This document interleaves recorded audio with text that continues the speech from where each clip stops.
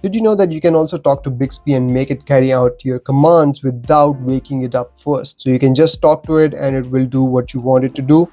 For that, go in settings, go in advanced features, go in Bixby, and here you will see this option, talk to Bixby without wake up. Go in here, turn this feature on, and what will happen is that if you're getting a phone call or you have an alarm going on or you have a timer going on, you can just say things like answer phone or reject call, or you can say dismiss alarm, snooze, dismiss timer, or restart. Whatever you want it to do, Bixby will carry out those functions without even waking up first. So let's give it a try. So if I'll start the timer and press start, let's reduce the volume.